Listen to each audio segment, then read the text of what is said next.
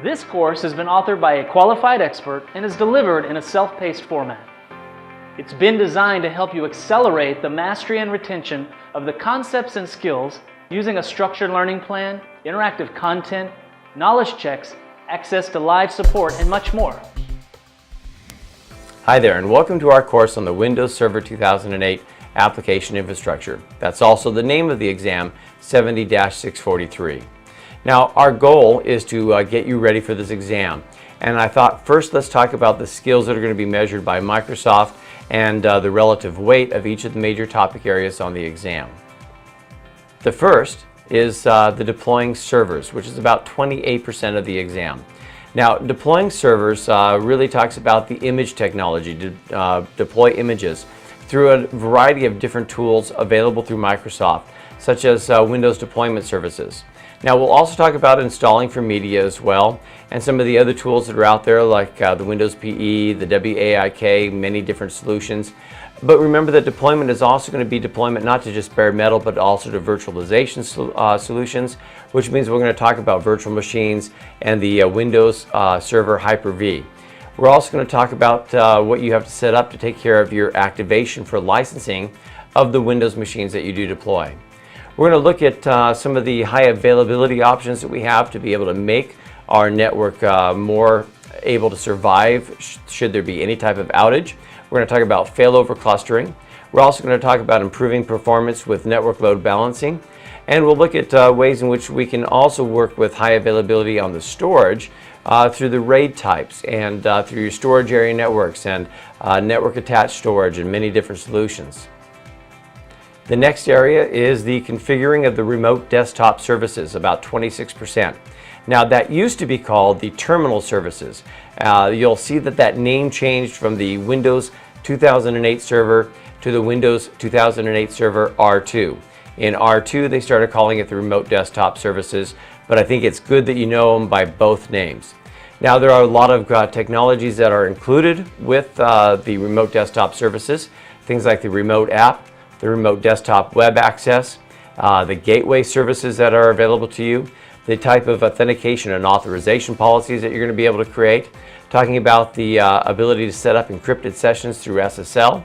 We're also going to talk about monitoring and basic configuration of the remote desktop resources, both client side and server side. Another part of what you need to know is the web services infrastructure. That means to be able to configure web applications. This is about 25% of the exam. Now we're going to talk about things like web publishing, which means we have to look at FTP services as well. We're going to talk about some of the ways in which we can set up the site bindings for the different websites we create.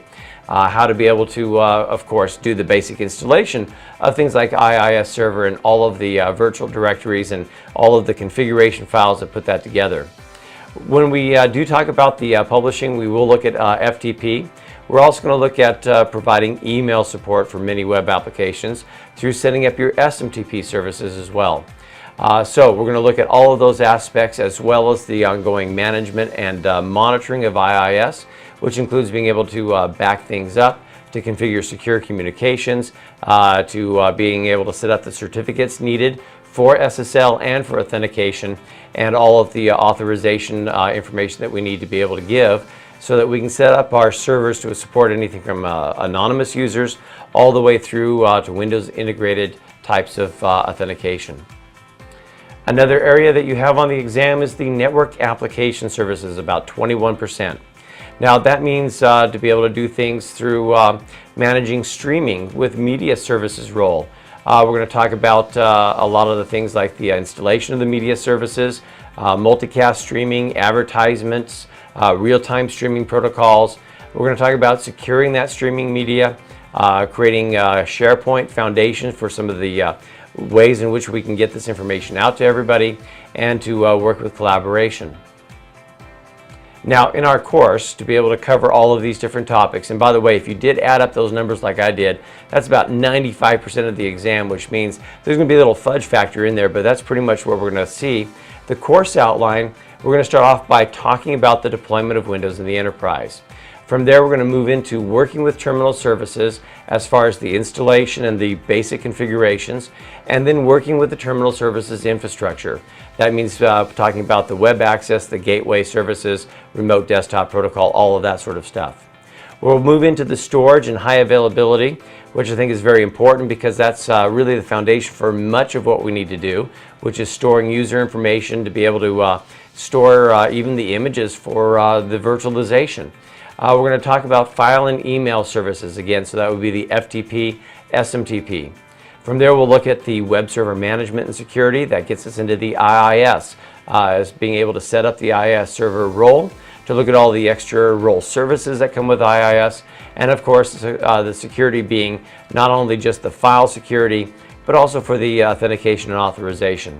We're going to take a look at working with web applications, whether we're setting this up on a standalone server as a part of a server farm for a distributed web application, talking about some of the configuration files and how you can be able to help scale out the types of solutions that you make through the web. We're then going to look at collaboration with the Windows SharePoint services, and also again working with Windows Media. Enroll now for lifetime access to this course, a certificate of completion, and access to live support whenever you need it.